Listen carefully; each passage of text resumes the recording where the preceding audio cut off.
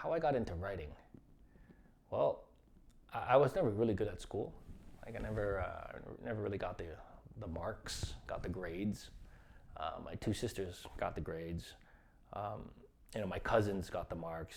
They always, apparently every Asian in Scarborough at the time was getting the grades academically, except for me.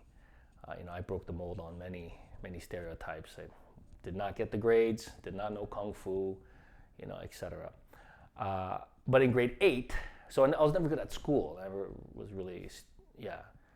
But in grade 8, I was taking piano lessons, and my mom forced us to practice 30 minutes after school every day.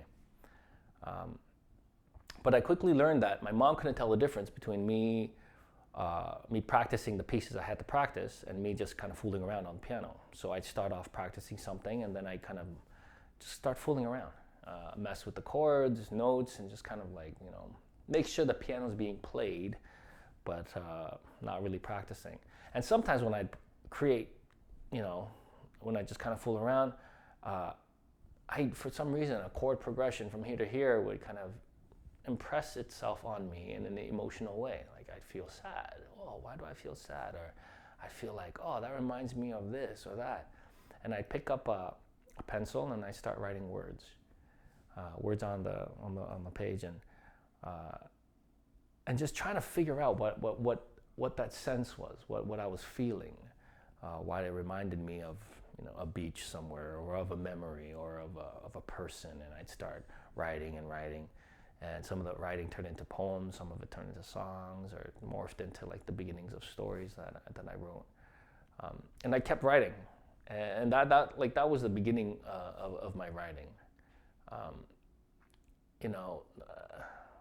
Not just I would feel something, and then I tried to figure out what I was feeling, what I was thinking, and that was the process of writing for me, kind of clarifying to myself what it was I was experiencing or feeling.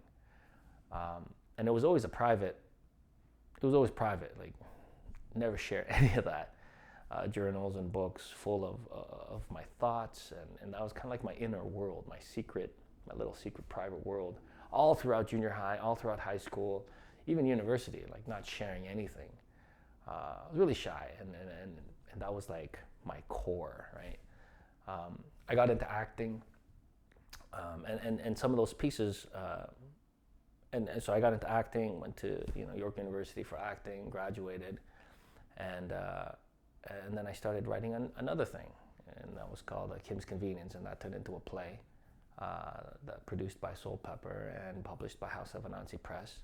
In 2002, I kind of met this. I met this homeless man who talked to me for about an hour about a lot of things, and once again, I had this impression. I was like, oh, this is amazing stuff. This is an incredible experience, and so I started scratching away, started writing. And a lot of that turned into spoken word poetry, some turned into songs, and I was culling together over the years a bunch of my writing to form a kind of solo show, to form the basis of this performance kind of piece that was highly poetic and song based. And then I saw my friend's Kuno Park. He posted. He's an illustrator in New York, and he posted some of his work. He does it all the time. And when I saw it, I immediately thought we should do a book together. And so I approached him. He said, yeah. And then we approached House of Anansi Press, and they said, yeah, let's do it. And so we came up with this really unique book with illustrations from him and featuring my poetry and my songs, lyrics from my songs. And that's now Subway Stations of the Cross.